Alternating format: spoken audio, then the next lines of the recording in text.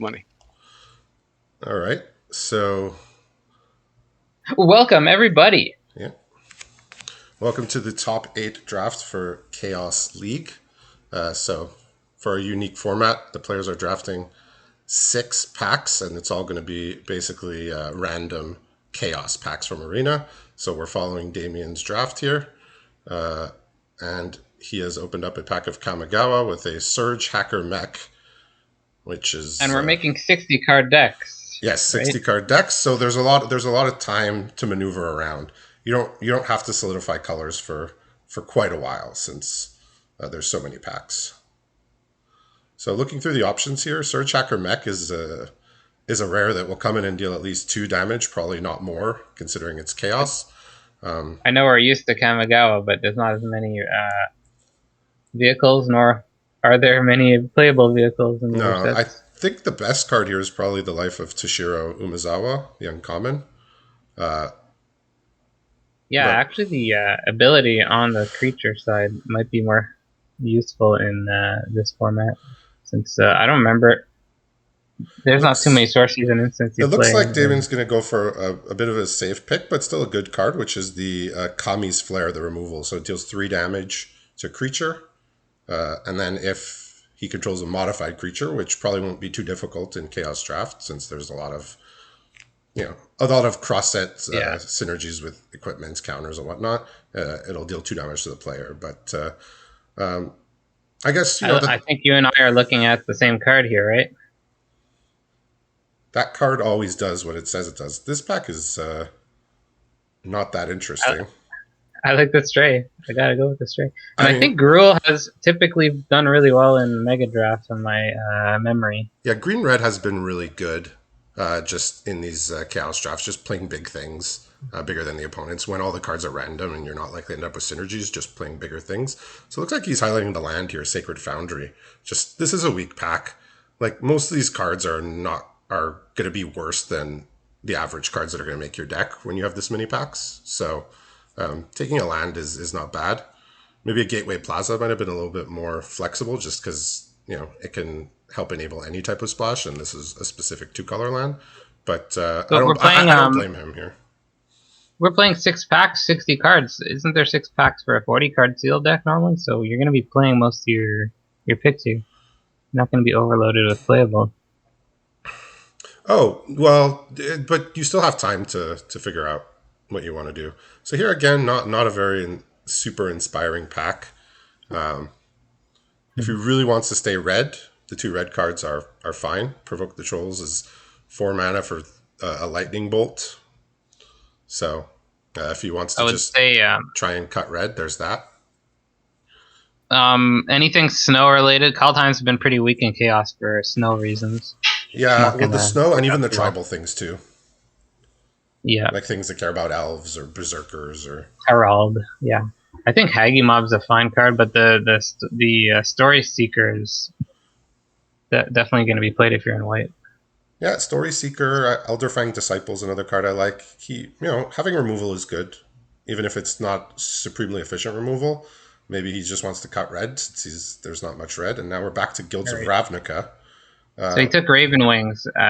That's the pick he took there. Okay, so he was deciding between a couple cards. He ended up with the Raven's Wings, which is an equipment that gives flying. So here we're back to Going any Guilds of deck. Ravnica.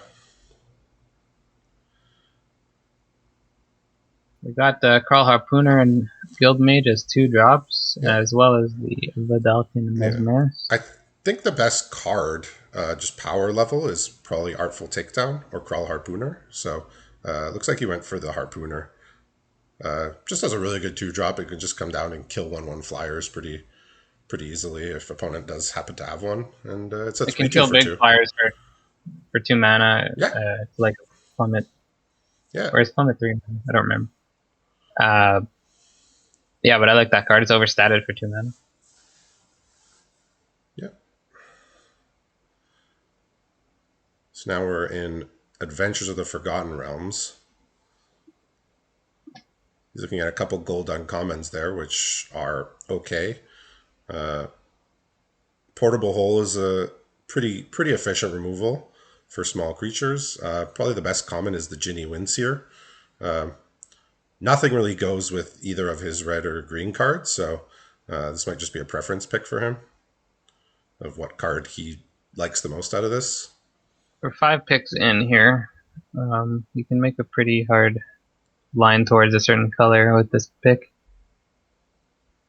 So he has highlighted the Boulette, which is a pretty below average card, but again, if he really wants to be green, this is a way to try and cut people out of it. But looks like he's switched now to the Windseer, or did he take?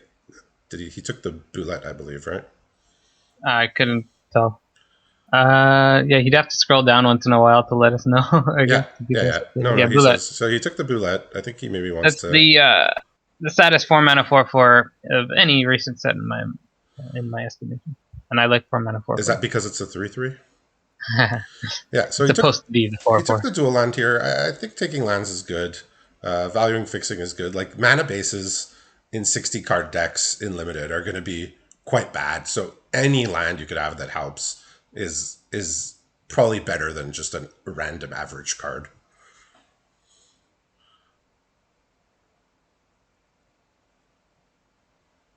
So he's had options to go a couple ways, but he's decided to looks like he's going to be heading towards the green route here, and there's a few green cards here to choose from. That's an elemental synergy card, I believe. Yeah, well, the 3/2. Whenever another creature you control dies, you gain 1 life, and everything else it does has to do with elementals. Okay. So it pumps an elemental with a +1 counter when it comes in, but you always get the dies trigger for any creature. So maybe he came in with an idea of possibly just wanting to play green. Like we've said, green has been an overperformer in these mega drafts just because when all the cards are random and you're not relying on synergies, just having bigger things than opponent consistently has been a very, very effective strategy. Green's also going to have fixing a lot of the time. Yes, and green is your main gateway into splashing for the really good cards that you do find at any point in the draft. So here, these green cards are all pretty bad, so I would not be surprised if he just takes a non-green card. Looks like he's... Steadfast Paladin is okay, but Longbow... Oh wait, no, Longbow is not the card I thought it was. He's highlighted the Herald of Hadar. I mean, it's a late game mana sink, so that is not bad. The 1-card win condition, technically. Looks like he changed his pick to the Jaded Sellsword, the 4-drop that gets a +1 counter and haste if you. No, it's just haste and first strike. Or haste and first strike if you use the treasure. Yeah, to cast it. Hey, we got him up. This is his opening pack. Yeah, this is the wheel pack. Here. So Jukai Trainee is pretty easily the best card left here, and it's just a really good 2-drop. I think Searchlight goes in any deck. It's not amazing, though. Not without the synergies. Yeah. Looks like he went for Tempered and Solitude, which is a way to get card advantage. If he's planning on just having one big thing and having it be bigger than the opponents. Doesn't it have to be... Oh, no, it doesn't have to be a samurai, or what? Is it a samurai warrior? That's what the... I can look it up. That's what the other cards like it are. Tempered. Right. No, this one just says whenever a creature, actually. So this one doesn't actually require the synergy. So in the last pack, he had the choice between the Wojek Bodyguard, the 3-drop, the Siege Worm, the 7-drop with Convoke, and then Pax Favor, which is a combat trick with Convoke. And he took the combat trick, which means that he's really going to... That's him sort of staking his claim on just wanting to be an attacking deck. The Pax Favor, the 3 mana for +3/+3 with Convoke. To me, it looks like we're fully Gruul now, which has performed well. So the Hagi Mob came back, which was the only other red card in the pack. So that's maybe a good sign that he won't be fighting over red. Or maybe just red was weak this pack. So he took the Fire Urchin here, which probably is worst in Gruul. It's because you're not depending on casting spells as much. Yeah, he already put that in the sideboard. Just looks like a beefy green-red deck in the end here. Another Sellsword. Yeah, so these 4-drops, I figured that he's going to get better 4 drops as the draft goes on. But these are all cards you could put in your deck and are fine. Yep. Let's see if he can castrate a sellsword with a treasure from a different set. Yeah, so looking at the end of this pack, there was a lot of opportunities to dip his toe in quite a few colors, and he decided to stay very firmly with a specific plan that maybe he had coming in. Particularly like going green for a Crawl Harpooner and then taking Boulette over some cards that were quite a bit better than it, but he just Yeah. wanted a foothold to the green. This pack here is actually terrible for Gruul. There's a red card which is unplayable. There's Mrs. Zendikon, which is not the most unplayable, but there's no synergy that's going to happen probably. Pack It, Beast is great, though. I like Pack Beast a lot. Filters yeah, as well. yeah. This is a place where I might just take another card just because you have so many picks in this draft. Yeah, you can flip colors, no problem. So speculating here when you're only losing out on a pack beast, it's pretty low cost, but he might Hey, just see that the Thieving value of just Skydive. he might just see the value of just taking a card that he will want to play if he's aggro. That Thieving Skydiver is more useful now that there's a lot more equipment Yeah, with Kamigawa open. So what did he he take? Pack Beast. he took the Stonework Pack Beast. I mean, it also potentially enables splashes, but if he's planning on playing an aggressive deck, he's unlikely to want to splash. So we're in Strixhaven now. Ooh. Environmental I'd be sciences. pretty surprised if he took anything other than the emergent sequence here. But Yeah, that's the big. he's made some surprising picks so far. So let's keep our I like a lot seatbelts of on. these cards here. Yeah, environmental sciences is good. Quandrix Apprentice is good. Lash of Malice are all pretty high quality cards. The Serpent as well. The sequence is rampant. Risky fixing. There's not so much risky fixing cards, but that's a risky fixing card. Well, it's basically a mana dork, right? If opponent kills your mana dork, they killed your mana dork. It's just a 1-for-1. No, what I'm saying is you pull your only planes out for your splash, and then you can't Oh, draw your yeah, planes anymore. yeah, that is true, but it it doesn't hold I significantly think I more would pick risk. it though. It doesn't hold significantly more risk than just having a mana dork, No. but looks like he's highlighted environmental sciences just as a smoother. Now the sciences obviously is better if you can learn, but what are the odds you get any learn cards in this draft at all? Let alone draw it before you're when you want it in your Yeah, like 60 for card. example, there were no learn cards in that pack. So we're back in Zendikar here, but now there's a couple of very good red choices. One far and above the others, which is the Royal Royal Eruption. Eruption here. So he's not going to hesitate on that one. The flip lands are great, but in a 60 card deck, yeah, they're not going to be overwhelmed with playables. So the flip lands are good still, but not like such a high priority. Yep. Yeah. The card quality is going to be pretty high in these types of drafts, just because you have so many packs. A couple good blue cards in this pack, but otherwise not too many strong cards. There's an Into the Royal still in that pack. Yeah, It's into the like row, bubble snare as well. I mean, it's only pick 3, so it's only gone through 2 players, and one of those players took a rare.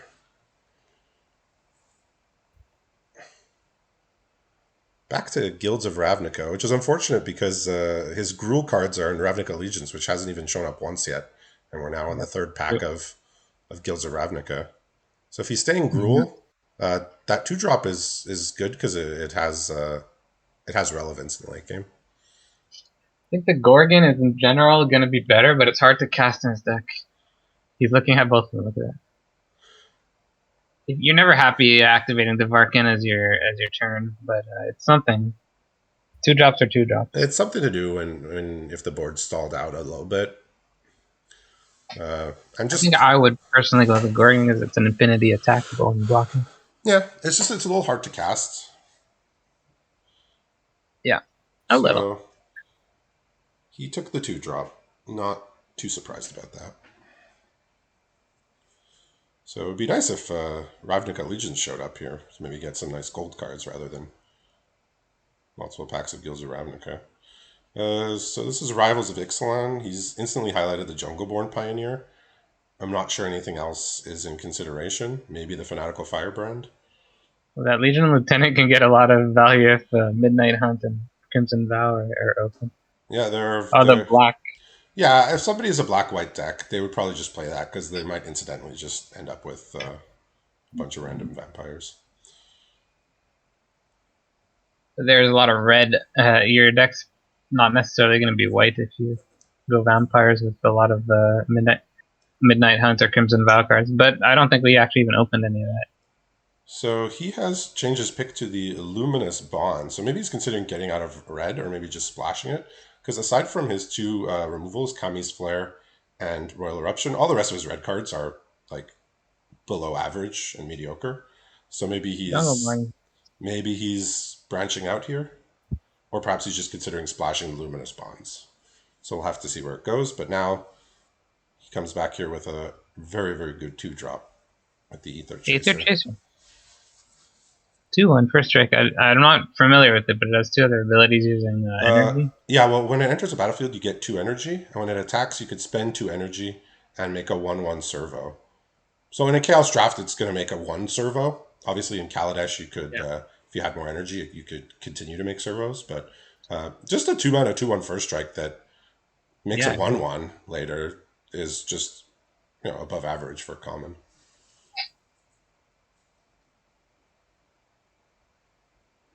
This is an interesting pick Um, here. Uh, Sacred Fire could be a card he wants to splash since he already took the Luminous Bonds. But there's also a 2-drop and a 3-drop here. One, the Timberland Guide and the Brimstone Vandal. Timberland Guide could be useful. Yeah, Brimstone Vandal as a menace creature that also has another way to deal damage is pretty good if you're looking to be low to the ground attacking deck. You can track Night Day.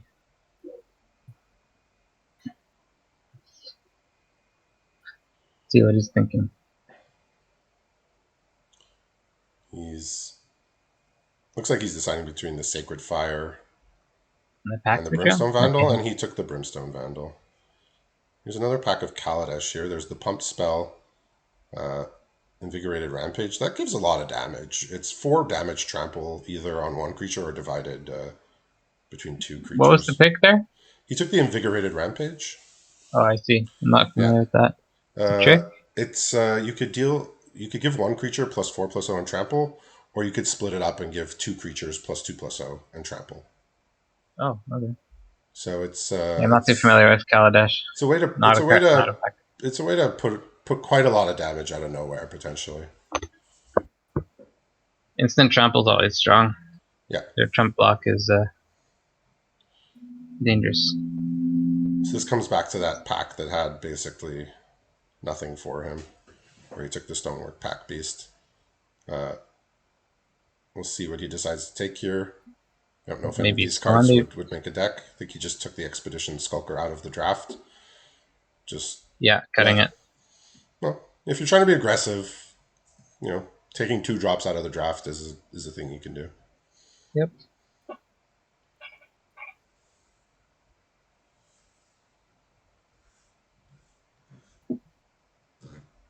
So the Emergent Sequence is still in the pack, surprisingly. That means nobody's really strong in green, I would have to guess. Wondering why no one. Yeah, I mean that's a good sign that he should be in green. Yeah. No one there was no other green cards really, so that's just a good sign.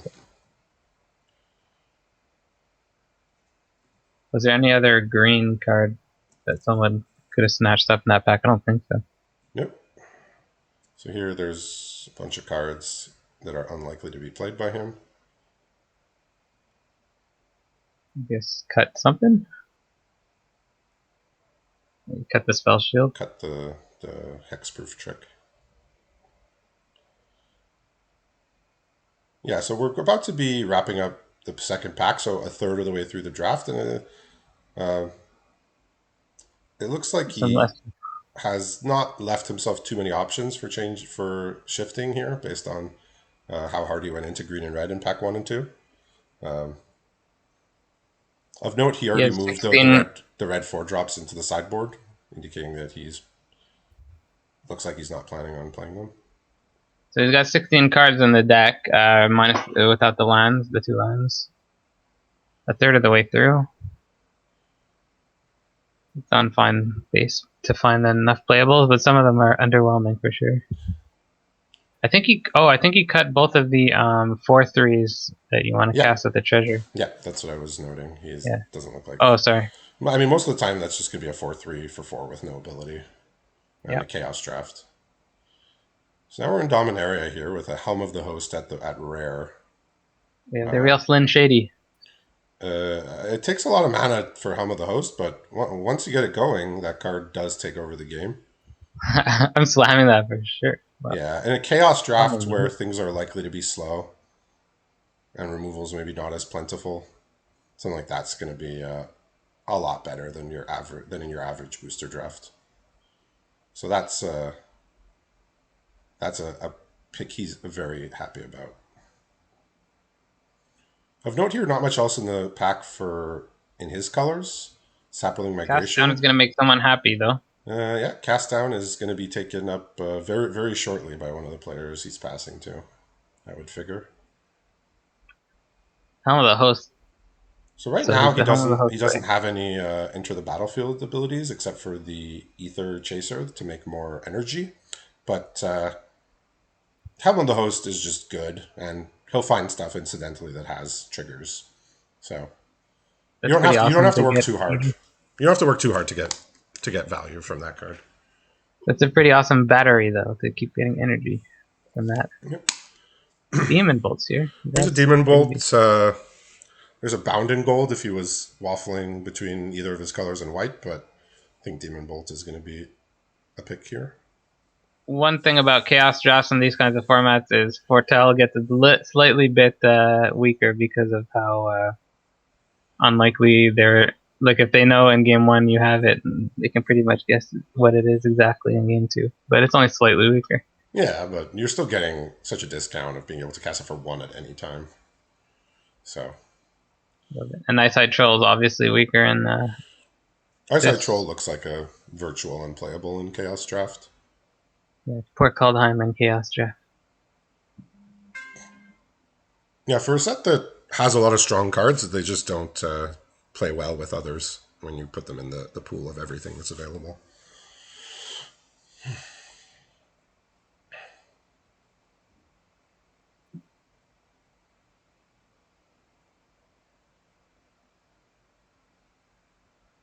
There's a Fall of the Imposter. I don't know if anyone's going to Selesnya, but I like that card. Ooh, there's a Pride Malkin Yeah, and there a was Shock. Primarch Shock, Heartfire Immolator. Uh, I think the picks between those three. Um, I always Heartfire, get people by surprising trample with the Pride Malkin, surprising trample on some other creature. yeah, I mean, it is just a 3-drop, so he has time to pick those up. I think Shock and Heartfire Immolator are the choices here, and Immolator is just a really good creature. You know, it's good on turn 2, and then it's good later to kill something. That's true. It's probably better than Shock on average. Yeah, well, it's like a 2/2 that comes with a shock, kind of, at some Yeah. point. Of note, The, it doesn't it can't target players, but you know, still a premium 2-drop for any deck that wants to attack. yeah, that was the pick. Looks like he's putting Wants some to go blue Teamer. cards there for consideration. So here we have Ikoria showing up for the first time. Weaponize the Monsters is a It's a card strong that card. is quite good. Uh, it Hold requires on. sometimes it requires a Weaponize. specific type of deck, but yes. Weaponize Helm of the Host. You don't need anything else with Helm of the Host, but it's cute. Well, with Helm of the Host, your creature doesn't get exiled at the end of turn, so you don't need to sack it. Yeah, I know. I'm just saying infinite, but you just need a Helm of the Host going off unanswered Yeah. to win. And But Weaponize he the took the Monsters, weaponize, right? yeah, Yeah, it's just really good in an aggro deck, especially to get through some of the last points of damage.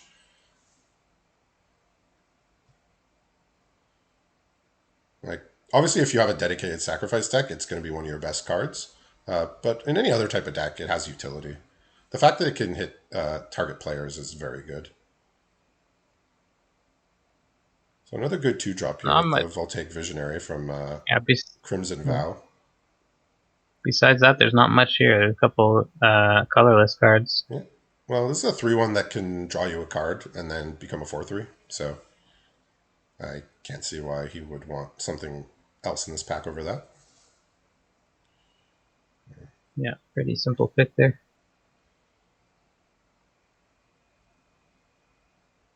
Do you Yeah. have any spicy Helm of the Host synergy? The only one I saw so far was the Ether Chaser making energy.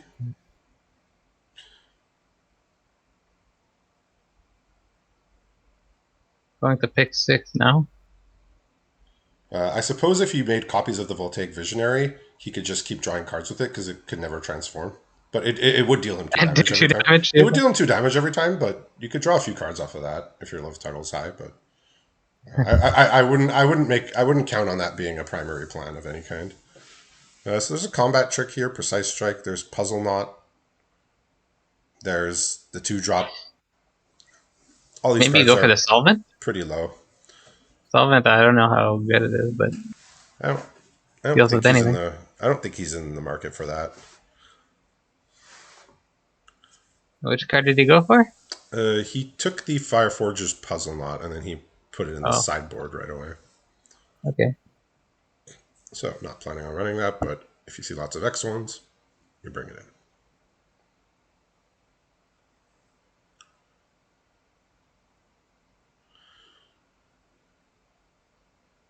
So here's a pack of Midnight Hunt.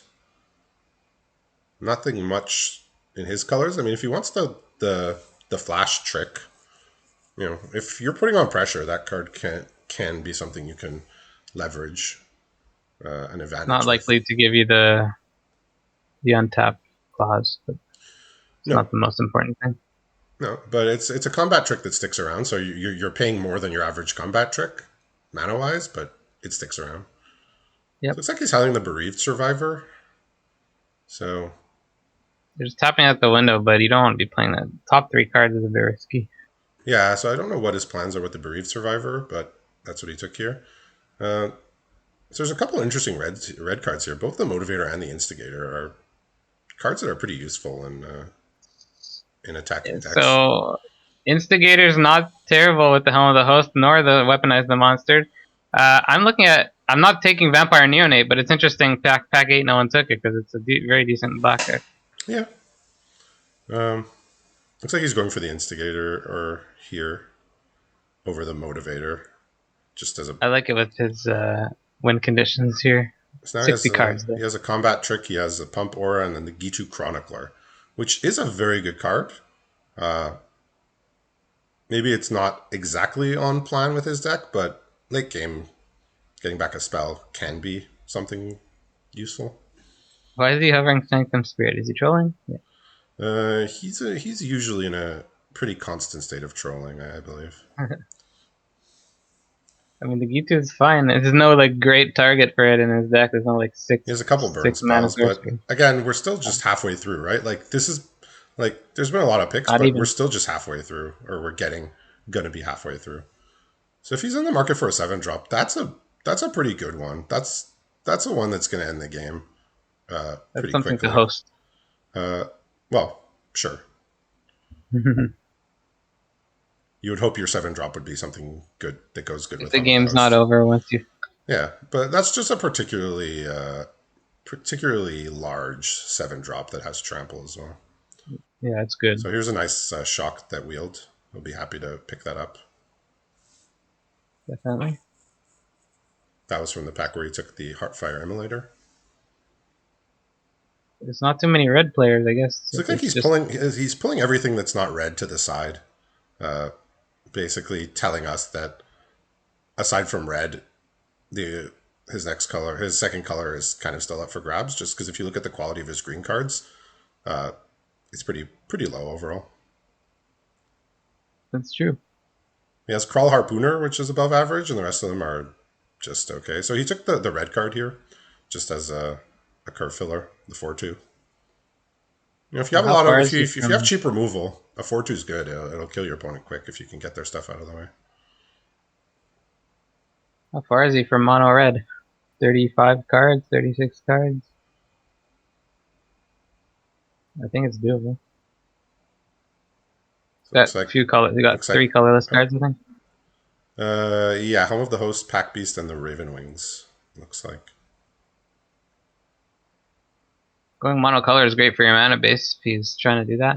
Yeah, I mean, there's inherent weaknesses too, as far as just there's certain types of permanents and things that you just can't do when you're True. monocolor. So we'll see where the next Oh, you can. packs takes him. But I think what he's telling us by pulling all those green cards to the side is that you know anything's really up for grabs here to go to pair with red.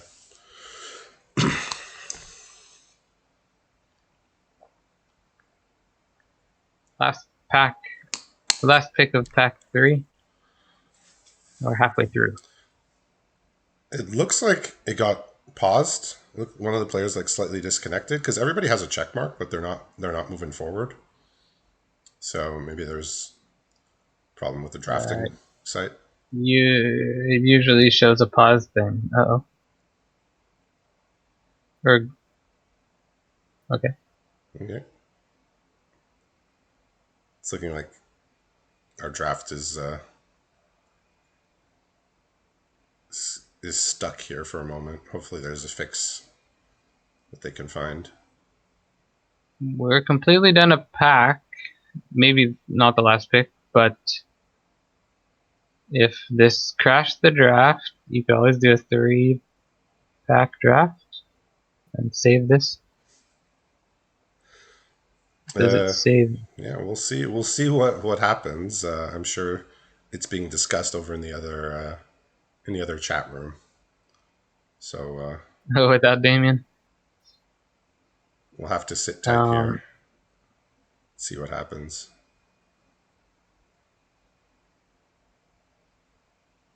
they do have to do a 3-pack draft. I hope the draft log still saves for this. Yeah, another fix would be they just draft another 3 packs and then they combine the decks, but there's a disadvantage of like not being able to add stuff to your curve, but if they didn't want to restart and there's no option to continue, Mm-hmm. we'll see what comes of it. Unfortunate circumstance here. These websites are pretty good, but sometimes have little hiccups like this. Yeah, it looks like that's what they're doing. And yeah, Johnny pointed out also we had the same problem last Thursday where we had to restart a draft. Right, right. So what's their fix here? Uh, 3 more packs, save your decks as text files.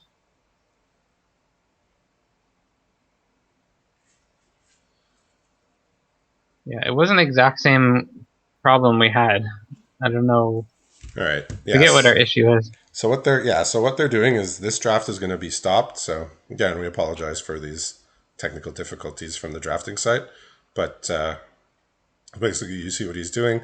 They're stopped the draft. He's saving this. Uh, they're going to draft another 3 packs, and then it's going to be combined. So the downside of this is that you know harder to build your curve while you're drafting because half of your pool is you know to to the side here. More But skill testing. this is the fix rather than restarting the entire draft. So bear with us here. We'll be getting to a new draft shortly. Yeah, I wonder what the other players are doing. I mean, it looks like red has been pretty open. I thought green was open for a bit, but Yeah, stronger in the game. emergent sequence wheeling was something, but really the cards he went in to green for weren't anything special, and he never saw anything that told him that he really should be in green. Yeah, there's no fantastic green cards we saw, just like okay cards. Like we noted, he might have been, with the early idea of potentially trying to get into Gruul as a preference, just because it's really been a high performer in our mega drafts. But maybe now realizing that staying open could have given him more options.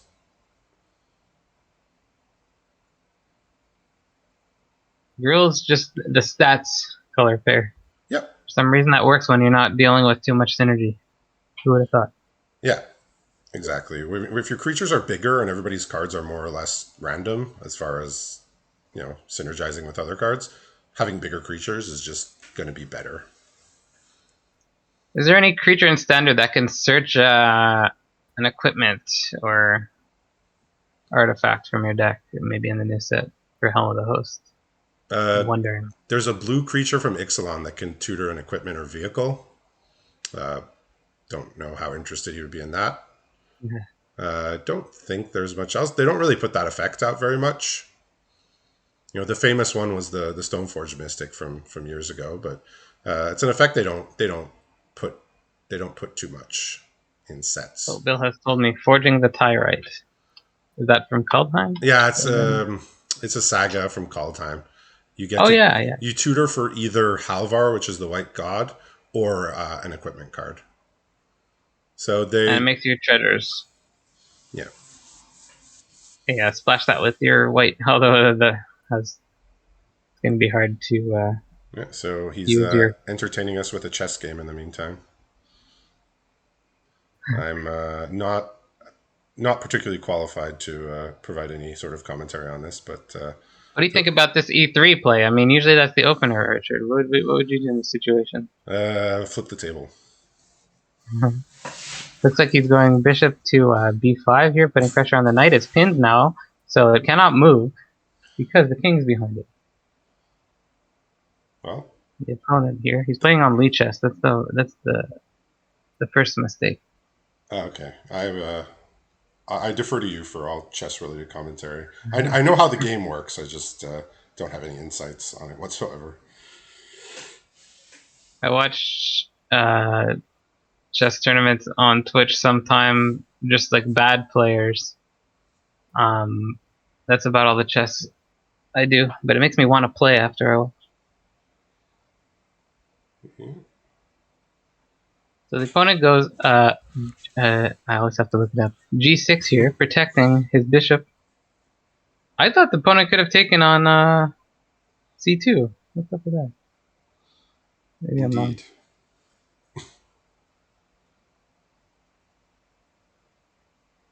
We have to comment on something.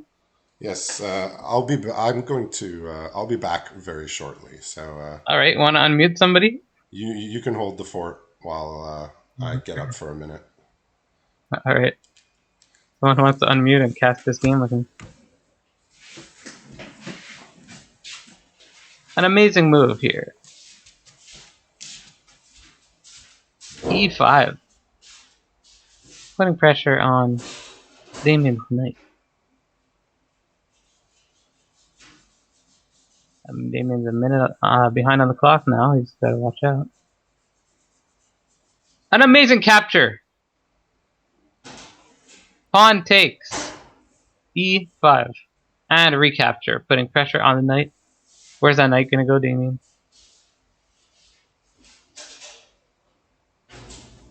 Damian decides he's going to take on D5. That knight is protected by the other knight. So the queen is putting pressure on it, and the pawn advances. Where's the queen going to go? Up to F4. Not really putting pressure on anything new. Bishop puts pressure on Damian's queen.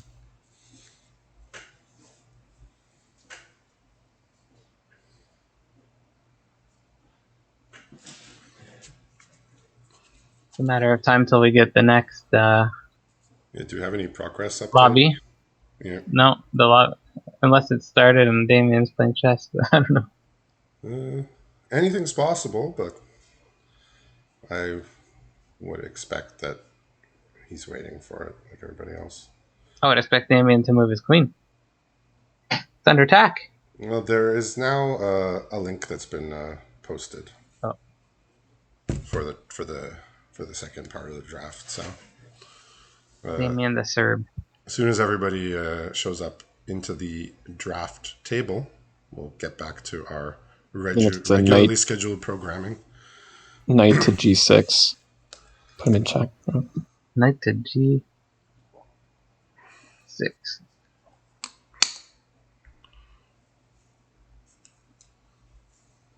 Damian's super behind on the clock here.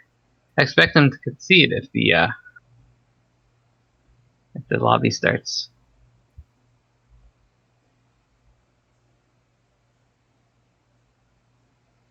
I think knight to g6 here puts him in check. He's Forces him. Well, he's just gonna go jump into the new draft here. So he resigned. so just as a reminder, this was his draft pool. He's red.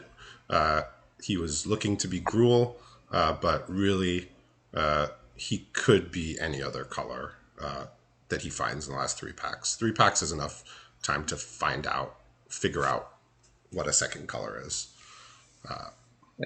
I guess So we're gonna have to go by memory. Signaling. We're gonna have to go by memory for his starting half of his pool when he's picking now. So will he, I guess. Well, he had a few quality 2-drops, but his higher creatures on the curve were he had a Haggy Mob on 5. He had the 7-drop Giant. His 3s and 4s were nothing special. As far as removal, I believe he had 3 removals. He had Demon Bolt, He the had a Kali's bolt. Flare, Yeah. and the Royal Shock Eruption, he picked up. and the Shock as well. So he had 4 Picked it up at removals, the end. and he had a Helm of the Host as his heavy hitter rare. He brought up the word file there actually for us. Yep.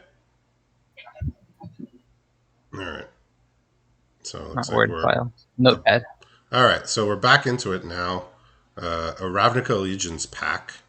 Ooh, that's Gruul colors. Trollbear Guardian is awesome. If he's sticking Gruul, he'll want either the Savage Smash or the Trollbred Guardian. If he's open to anything, he could take the blue card. Like I said, his sorting at the end there, moving all the green cards all the way to the side, indicated that he might be willing to do anything. Oh, he's actually putting his word file as a deck on MTGA. He'll probably jump back and forth visually. Yeah. Yeah. So Savage Smasher Guardian. That's the pick here. I think Trollbred Guardian's a better card. If you're Gruul and you have the choice of one or the other, Trollbred Guardian is just going to be a better card. It's a 7/7 7/7 trample. It's gigantic and incidental bonus if you get counters on anything else. It's threat of activation too. It's too good. Yep. A very cheap activation too. Like the turn after you play it, you'll be able to activate it and probably cast something else. So it won't take up your whole turn to activate it. Savage Smash is removal. But what did he go for? The Guardian? He took the Trollbred Guardian. So now here's a Galta in Rivals of Ixalan. So I mean, if he's planning on playing big creatures, this is a good payoff. I'm not sure what else he would want. If you just wanted to stay in red, there's a Frilled Death Splitter, but the upside on Galta, just being able to cast that for, I'd say 7. Once you're casting it for 7, you're really happy. Anything more than that, it's just 8 drops and up in limited are just hard to cast. So, but you get a lower 12 than 7. trample. There's a lot of types of removal that will not deal with that. I think it's probably the pick. It's just always going to be the biggest thing.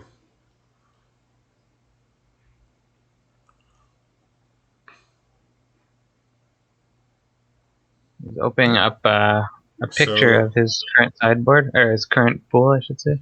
Yeah, so he was, like I said, he was wavering on Gruul at the end of the last pack by dragging his green cards to the side, but maybe these 2 picks are going to firmly plant him there for the rest of the draft. Yeah. Oh, he slammed Delta. I guess no one who passed to him recently is it? Nobody immediately, the 2 players immediately next to him are not playing Is It, since we have a Niv Mizzet there. For his red deck, the 5-drop Flyer could be good. He doesn't have any evasion otherwise, and the ability to ping a creature is good too. Maybe he sees that as a bit undersized and something he's not interested in if he's trying to be aggressive. I think I would probably be responsible and take the Beetle or something. The Iron Shell Beetle is a good 2-drop, but he already has quite a few pretty good 2-drops. So we'll see what his pick is here. He's highlighting the Sky Knight Legionnaire, which is an interesting pick here. He has really Luminous Bonds was his other white card. So maybe this is him just still staying open to be red with any other color. And he saw Skylight? that. Okay. And he perhaps saw that as the card that pairs best with all of the rest of his cards out of all the available choices. The Volley Veteran is interesting.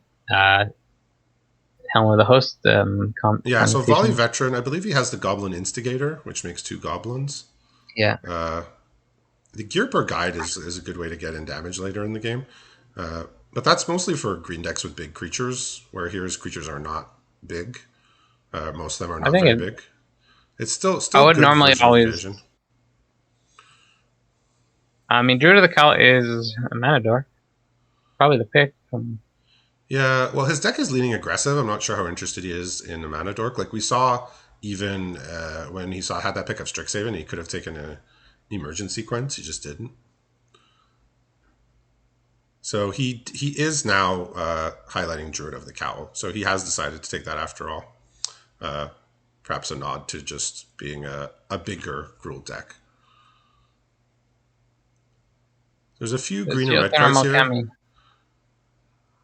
There's a few green and red cards here, none of which are particularly extremely good. So it looks like he's taking the Bear of Memory here, just as a 3-drop that can pump itself. Don't think he has. Yeah. I don't think he has other enchantment creatures yet, but the only other at the end. Yeah, the only other set that shows up in is Theros out here on Arena. I mean, it's a 3-mana 3/2 that can pump itself late in the game for a high cost, so it attacks reasonably, and then if he sees the game go later, it is a way to something to do with your mana, so I could see that being value. This is a pretty easy Welding Sparks here from the Kaladesh pack. Weld Fast Monitor being the next best card, which it is quite a good card, a 3-mana 3/2 that can gain Menace. But the Welding Sparks is pretty easy pick here. Yeah, removal's key. Yeah, so most of the time that's going to deal 3 damage. He only has a few artifacts there, so not really counting on it dealing more than 3, but still 3 mana for 3 damage is very good. So he's helping us out by giving us... and then you wait 60 turns. There you go. Well, it only deals it to creatures, so that might not be the plan. So here we have the Forgotten Realms. Goblin Morningstar is quite a good card here. 2/0 and Trample. Yeah, oh yeah. It gives +1/+0 and Trample. It brings a 1/1 along with it, and half the time you get it attached for free. A Trample equipment that just costs 2 to equip is pretty good. Of note, his biggest creatures already do have Trample, but it's good to put on his medium-sized creatures to get some extra damage in. It's a goblin if the Volley Veteran comes back. It is definitely a goblin, yes. All right. So there's a removal spell here. It's a bit clunky, but 5 mana for 4 damage is a card that we're accustomed to seeing in limited sets with the synchronized spellcraft here. Maybe there's a outside chance.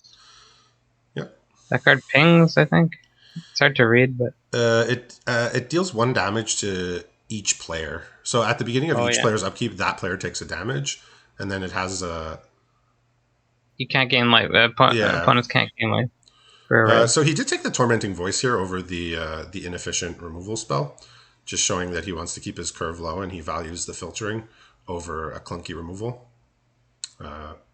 So yes, again, that was Tormenting Voice that he took over the synchronized spellcraft. Pretty happy to see the Savage Smash come back. That tells him nobody's Gruul, because if anybody was Gruul, they would have taken that the instant they saw it. 3 Gruul cards in that pack, by the way. +2/+2 and Fight is usually an effect we don't see, because it's just a lot of damage. We just have 3 of cards in your color pair because we're opening RNA still in that pack. It's a good sign. Yeah, so these cards are not particularly interesting. Nope. Looks like he's taking the Legion Conquistador out of the draft to make sure nobody starts a collection of them. super likely. That monitor, what is it called? Channel monitor? It's always the end of the pack. Yeah, so not much for him here. Not taking the red aura here, just taking the pump spell out.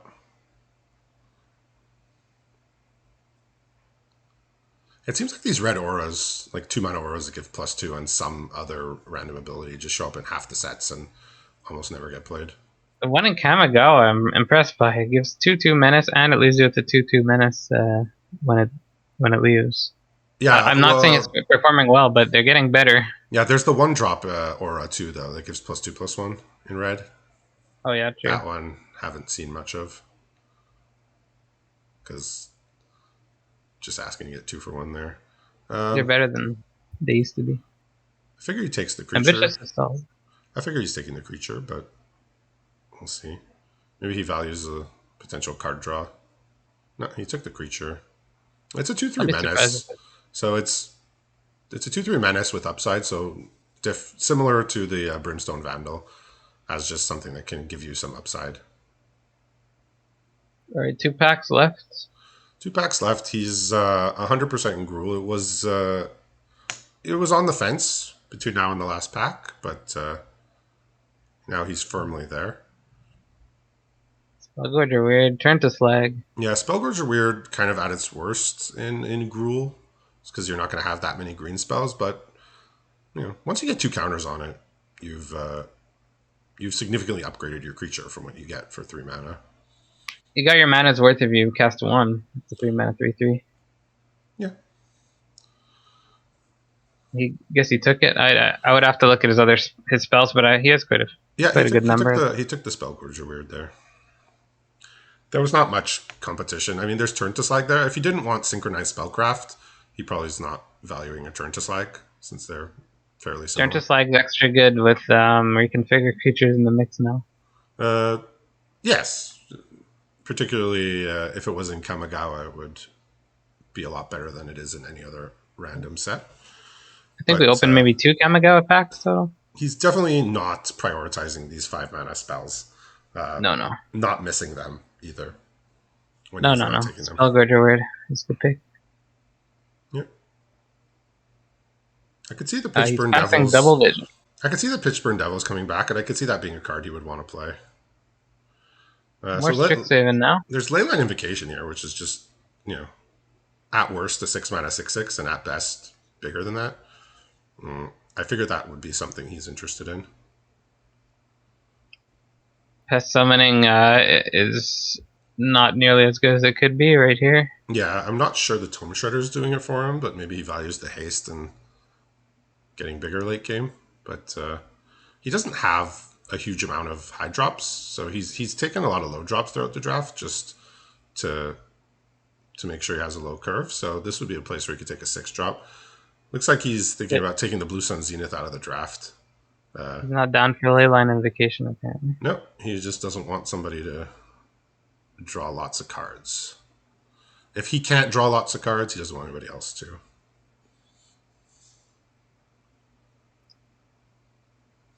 Strixhaven is not going to be great for him in general. Well, here's an Auspicious Star. That's a good thing to do with 5 or 6 mana. So when that mutates, you get to put a permanent from the top. The next permanent you flip over into your hand. Yeah, that card varies wildly. Like, sometimes you hit a land, sometimes you hit a 4 or 5 drop. So, but just its base as just a 6/6 for 5 is just gigantic. It's kind of haste. The cool thing is it's kind of haste because you put it on some small creature. Yeah, so obviously way better. Him valuing your low mana cards has given him the options now of being able to take some higher drops now later in the draft. It's always good to fill up your curve with low stuff first, so that you're not desperately in need of it later on. If you just start taking 5 and 6 drops at the beginning of the draft, you might not find the 2 drops you need to just make sure your deck works. So. Yeah, you gotta get He got paid off nicely there with the Starix.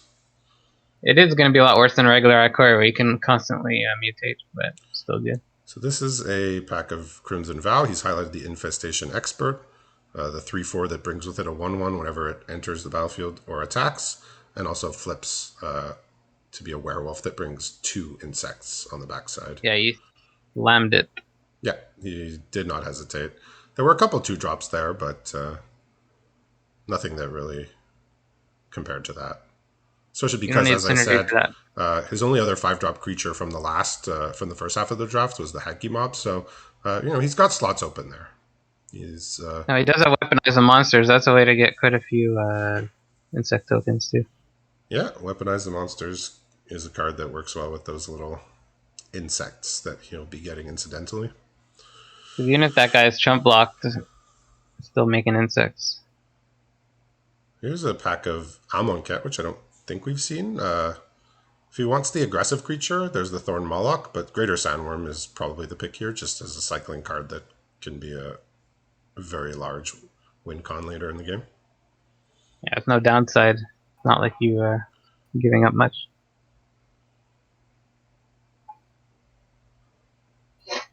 Yeah, I think he has 1 ramp card so far in Druid of the Cowl.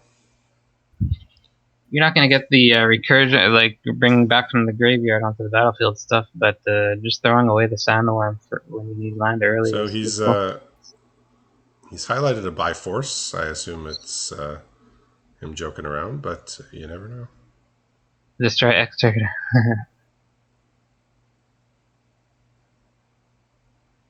I'm happy to take the Sandworm. I don't know. He took the Bi-Force.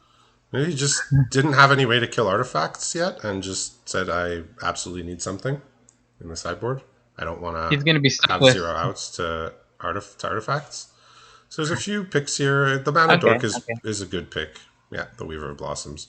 So that was, I guess he just didn't have anything that killed an artifact and just absolutely did not want to be left without a way, just in case somebody had a really high quality artifact. He's going to be stuck on 2 lands with only that card, and he'll be like, I wish I could cycle this card.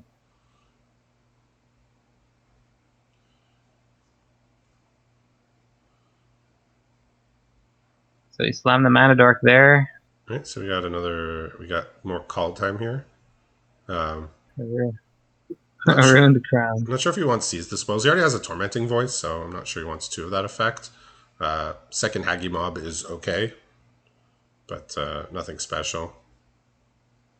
There's the Longboat. There's the Longboat as well, which in call time wasn't great. Maybe just because the set was high in synergy and a lot of things are powerful, but maybe in this format, it's a little better. Seize Spoils is an option. I know he already has a similar card, but a 60 card deck. Yeah, he took the Haggy Mob and he immediately put it in the sideboard, which indicates he's not going to plan on playing a second one, since he has a first one from his first pile. Ooh, Soraform Hybrid. He's going to be pretty happy with the 2 mana creature here. Soraform Hybrid. That was a really high pick in the RNA. I mean, he might have his eye on the Mammoth Spider, just as some anti-flyer technology. So, yeah. I think you got to go with the hybrid.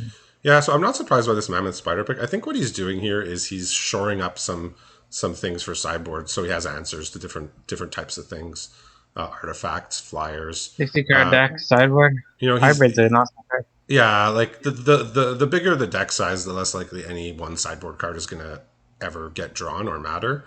But I think he feels like he has what he needs in his deck, and just adding another 2-drop that is just a 2 mana creature is lower value than adding a card that's an answer to a specific type of card that could give him trouble. It's not just a 2 mana creature. I know it's not just a 2 mana creature, but he's valuing answers to specific things. Yeah, I get it. Over just card fillers.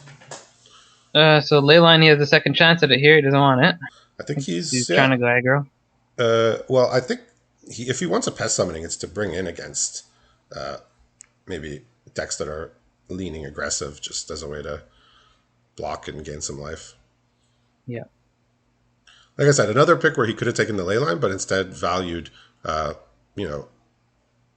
narrower card, but that can do something specifically good in in a situation. Lane line was better in the in its set because you're able to. There's a lot of ways around, but Yeah, I still think it's good. Just the baseline of a 6/6 6/6 that can be better than that is a card you would put in your deck the majority of the time. I probably would have taken it before the wheel, to be honest. Yeah, it looked like he just wasn't interested in a random 6-drop creature. Yeah. I mean, there's no telling that even if he took it, it probably would be cut, I Like, would imagine. if you look at the creatures at the top of his curve, at least in this section of the draft, you have a guy that can get bigger and has trample. You have Galta, which has trample. You have Infestation Expert, which gives you tokens. And you have Auspicious Starix, which when you mutate it gives you value. So he's wanting more than just big creatures. He's wanting big creatures that also provide something else rather than just being large. The ley line probably would have been whether it's evasion or some other type of resource. So here, Renata's Renata's awesome. a really, really good, high quality creature here. Hey, it's an enchantment creature. You got the synergy with your 3/2. Is he even playing the 3/2? Who knows? So I think it's. Yeah, he happily took the Renata here. This card's just very high quality. Just making all your creatures bigger. That's exactly what you want. And it's a 4 mana. Probably going to be a 3/3 most of the time. Is that uncommon? It gets bigger. The Renata? It's uncommon, right? Yeah, it was part of the Demigod uncommon cycle. Yeah, Daxos. It was Daxos, Timoret, and the others. Anax. Anax being the most notable one for constructed. Yeah, you're right.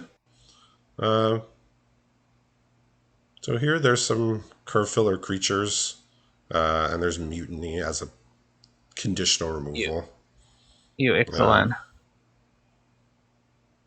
Naturalize the sideboard? We'll see. He did show that he valued an artifact removal over a pretty high quality 7-drop in Greater Sandworm. So at this point, it looks like he has highlighted Naturalize. Makes sense. Yeah. Yeah, like at first I was puzzled, but now that I'm seeing a pattern, it's him telling us he's happy with what he has in his deck. And if nothing looks to be a significant improvement, he's just going to take a sideboard card. So at this point, the threshold of the cards that make his deck, the quality has to be, seems like very, very high, at least for what he has evaluated to be the quality of a card. I don't know the playables count. Just a good curve filler is not enough for him right now. Guessing he has enough playables. Is that the Chandra that creates 1/1s? It's for 0 you get 1/1s with haste, and then for -2 you can cast small spells out of your graveyard. So you can weaponize the monsters. Yeah, bada boom. Weaponize the monsters. I mean, Dagger Style Aeronaut is 4 mana, 3 power evasion, which can be good. So this Chandra can buy back cheap spells or make 1/1s. So I think that's enough. Right now he has the Keldon Raider highlighted, which is a 4/3 that when it enters the battlefield, you can discard a card and draw cards. So you can filter away whatever the worst card in your hand is. So maybe he values that. I think I'd take the Chandra. The Woodland Champion has some synergy. I think more in this first half of the draft. Yeah. Helm of the Hosts. Yeah, it is good with Helm of the Hosts. They just all become infinitely large. He did take the Keldon Raider just as a card filter. I think he values the very little advantages that you can get. Like getting rid of the worst card in your hand, having an answer to artifacts, enchantments, flyers. Like I said, he feels his deck is good enough right now, and just wants cards that shine in specific situations rather than cards that are just okay. Get back an instant or sorcery? The -2 on Chandras, you can cast an instant or sorcery with a mana value 3 or less from your graveyard this turn, and it goes to exile. That's some value. Yep, so you can cast a small spell.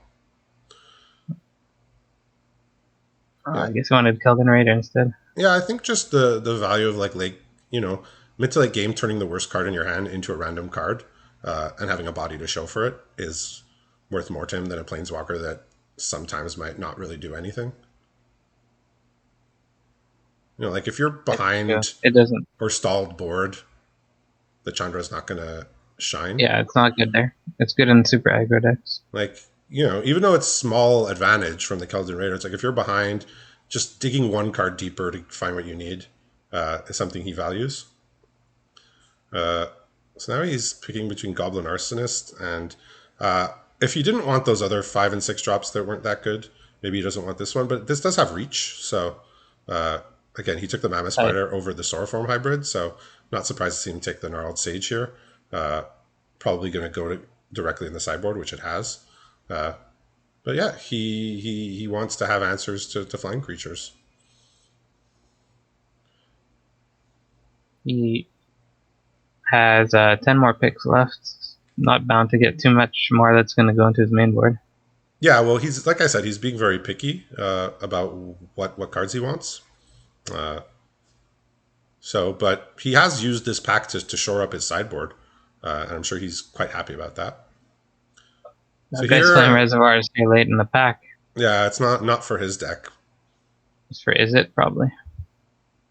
Yeah, so he took Abandon the Post. Not sure if he's planning on playing it. It's a bit of a finisher card. Yeah, removing 4 creatures from blocking either all at once or in installments represents potentially a lot of damage. It's a card that's better than it looks, in my estimation. But you need the deck that's going to care about it. Yeah, just Flashback is a very good ability. Like most cards with Flashback are better than they appear to be. You can pick up a 2-drop if you want. Spike Wheel's a pretty bad card. Colossus, not happening. I don't foresee this 2-drop making his deck, but it's not impossible either. Maybe the shield for sideboard. I don't know. Yeah, maybe. Like he's been taking sideboard cards very highly this last pack or so. So maybe the hexproof shield was something on his radar. Put it on Galta. There's a Gruul Gilgate. There's also the Frenzied Arynx, the cat there. That is a superstar Gruul card in this. We'll see. We'll see if he values the fixing, but I think the Frenzied Arynx is enough better. Yeah.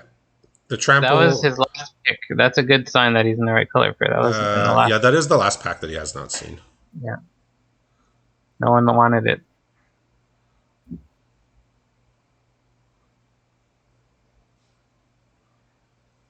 Arynx is really good, so Gruul being Gruul.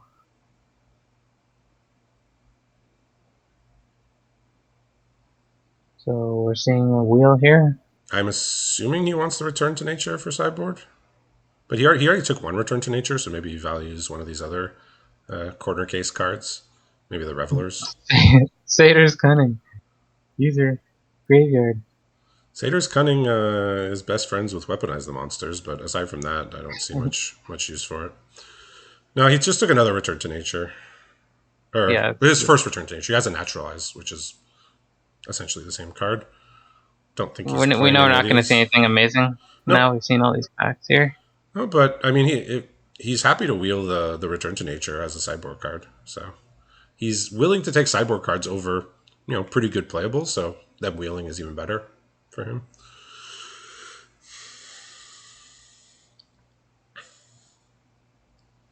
There's a 3-mana 3/3 or a Heart Piercer bow. See what he wants here. Takes the 3/3.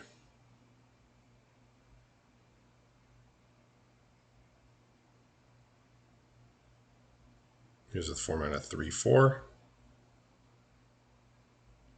That's not how they make cards anymore. Took the Vampire instead.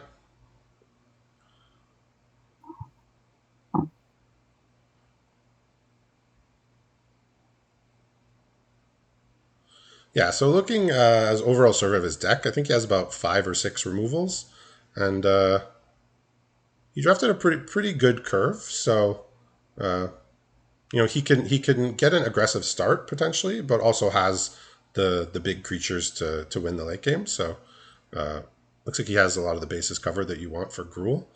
And as we've stated quite a few times, Gruul has been an overperformer in these mega drafts just by virtue of making larger creatures than your opponents. Good stats. Just always having the biggest creature in play or the two biggest creatures. Always making blocks really, really frustrating for the opponent. If the opponent's just trying to play like 2/2s with abilities and things, utility creatures, and you're just slamming 5/5s and things against utility creatures, He's got Helm of the Host for a gummed up board, and he's got Weaponize the Monsters. Yeah. All right.